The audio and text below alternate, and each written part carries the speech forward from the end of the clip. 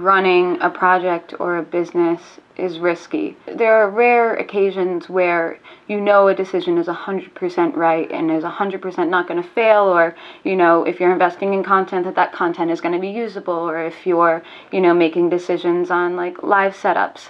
You know, there are all of these different things that maybe they're right, maybe they're wrong. And so it's just, for me, this idea of progress and information. And so I would rather have the information and learn and grow from it than kind of sit and feel confused. And ultimately, it's anxiety producing not making a decision. You're sitting there, you're fearful, you're X, Y, or Z, and so why? It's just a waste of time.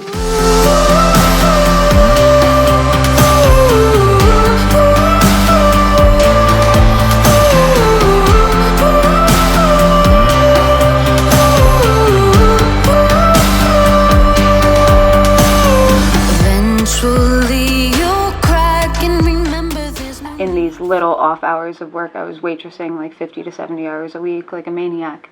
I had a few songs that I felt really good about. I released one of the songs and I made a video for it and I put it on YouTube.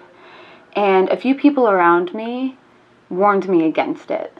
You know, I had been working with a manager and a few different people. They were very intent on me going a super pop EDM route. And I had the song Heartbeat, which was kind of much more alternative. I kind of disregarded everybody who didn't believe in it, and I just decided to move forward with it. So I think first off, finding something that you believe in 100% and you're willing to put yourself and your money and resources behind, right? Because I was waitressing, so I don't come from a lot of money. I wasn't being funded by anyone.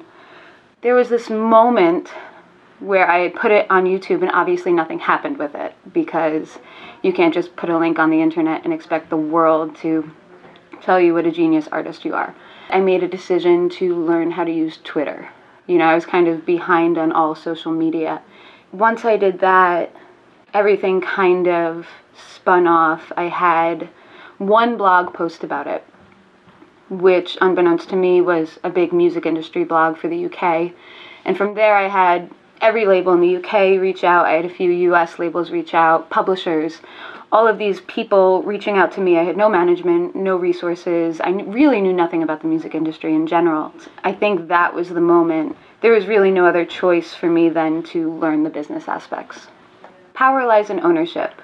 And so for me, a good way to weed that out is, you know, I've maintained full ownership of all of my music, full creative control of all of my music. I don't really sign contracts with people very easily. And so I think working with people before you sign away certain rights that you then have to maneuver freely is really important.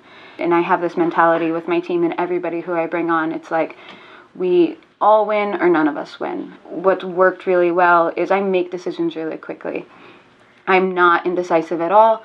And sometimes I make the right decision and sometimes I make the wrong decision. But as long as I'm taking a step forward, if it's the wrong decision, I learn from it and move on. And I've made so many wrong decisions. I haven't always been this way. You know, I definitely, if you would have met me 5 years ago, I probably wouldn't have been able to like shake your hand and introduce myself to you because I had that level of social anxiety. But I think people are much more capable than they give themselves credit for, and I was much more capable than I gave myself credit for. And so I quit before the project became financially stable. There are a lot of exits that you can take along the road to make a living, and for me, I think it's just about having multiple streams of income and revenue. So, you know, I write music for other artists. I write top lines for DJs. I, you know, sing on some of those tracks as a ghost vocalist and a ghost writer. I play college shows. So there are definitely things that can be within your integrity that are side hustles besides sitting down and writing the music that I want to make.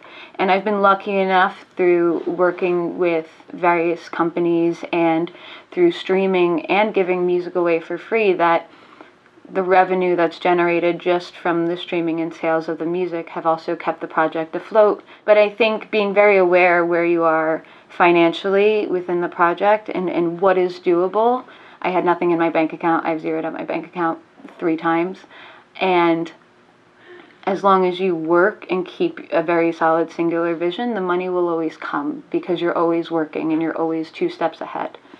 I'm so happy where I am now, and the fact that all of the decisions I get to make are my own, and I get to lead, now what will be a team of about 40 people for this album release, through every part of the project.